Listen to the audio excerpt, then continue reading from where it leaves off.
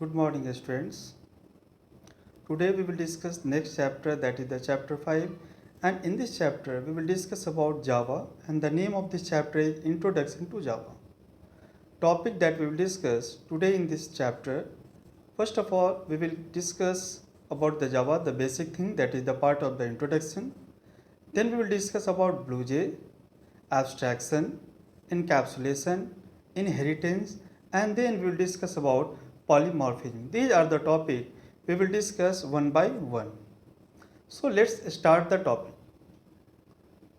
First, we will discuss the basic thing about the Java. What is the Java? Java is the programming language that is a formal language comprising a set of instructions that produce various kinds of output. Programming languages are used in the computer programming to implement algorithms, and using the Java programming language, what we can do, we can design the software applications. These are the things we can design and develop with the help of the Java programming language. And Java is the high level programming language, and this is the case sensitive programming language. Why we are saying case sensitive programming language? Because if you are using the case sensitive programming language, there you have to write the program in small letter. Most programming language consist of instructions for computers, and Java is a high level programming language that we have discussed, and Java developed by Sun Microsystem and released in 1995. Java runs on a variety of platforms, like if you have installed Windows operating system, Mac OS, and the various versions of the Unix, there we can use the Java programming language. So that's why we can say that Java runs on a variety of platforms such as Windows, Mac OS, and the various versions of the Unix. Now we will discuss the next topic. The next topic is BlueJ. BlueJ is a development environment that allows you to develop Java programs quickly and easily, and BlueJ is an integrated development environment, that is the IDE. Question can be asked in the examination. IDE stands for dash, then you will write the correct answer, or you will choose the correct answer, that is integrated development environment. IDE stands for Integrated Development Environment, and Java is an integrated development environment for the Java programming language and developed mainly for educational purposes, but also suitable for small scale software development also. So using the BlueJ, what will happen? We can develop other application and software. There we can write the program for that. We can design the website also, we can design the web pages also. These all are the things we can do with the help of the Java programming language, and it is the high level programming language, and using this what we can do, we can develop the software, we can develop applications, and many software, different type of software also we can develop with the help of the Java programming language. Now the next topic that we have to discuss in this chapter, abstraction. Abstraction, object oriented programming. Abstraction is one of the three central principles along with encapsulation and inheritance. Using this process of abstraction, what we can do, using this or through the process of abstraction, a programmer or software developer hides all but the relevant data about an object in order to reduce complexity and increase efficiency. So if unnecessary data that is not required to suit the user, that software developer and programmer can hide. So using the abstraction, these are the features available and software developer use. Now the next feature that we have to discuss next is the encapsulation. What we can do with the help of the encapsulation?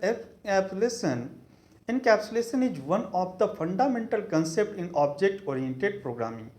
Java is the OOPS language, and question can be asked in the examination. OOP stands for dash, then you will choose the correct option, object-oriented programming, and it describes the idea of bundling data and method that work on the data within one unit. Okay, that the example that we can discuss, like the Java, there we can use the class. So class in the Java, that is the example of the encapsulation, there we can use. This concept is also often used to hide the internal representation or state of an object from the outside. We can say that encapsulation can also refer to the idea of hiding data. There, software programmer and developer can hide the data and it will not show to the user. Now the next that we have to discuss, next topic of this chapter that we have to discuss, that is the inheritance. Inheritance is a mechanism in which one class acquires the property of another class. Example that we can see, for example, a child inherits the traits of his or her parents. With inheritance, we can reuse the fields and methods of the existing class. Hence, inheritance facilitates reusability and is an important concept of OOPS. That you know, OOPS means object oriented programming structure. There we can use the inheritance. If we are talking about the Java, then the types of inheritance in the Java, first is the single inheritance, multi-level inheritance, multiple inheritance, multi-path inheritance, hierarchical inheritance, and hybrid inheritance. These are the types of inheritance. Again, I will discuss, these are the types that we will discuss in detail in the chapter, but now we should know the types of inheritance. The types of inheritance in the Java: single inheritance, multi-level inheritance, multiple inheritance, multi-path inheritance, hierarchical inheritance, and hybrid inheritance. These are the types of inheritance. Now we will discuss the next topic of this chapter that we have to discuss in this video. Next topic is polymorphism. Polymorphism.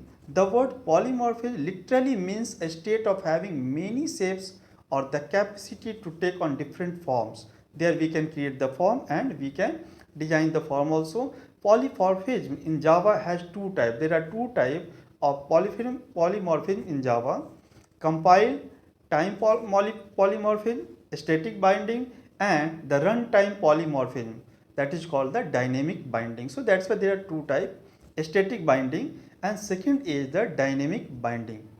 If a variable can hold more than one type of value, then that's a kind of polymorphism. If functions can process more than one type of parameter, that's also called the polymorphism. So that's why polymorphism is also the main feature of Java programming language, and polymorphism literally means a state of having many shapes or the capacity to take on different forms. I hope you all understood, and the next topic that we will discuss in the next video. Thank you so much.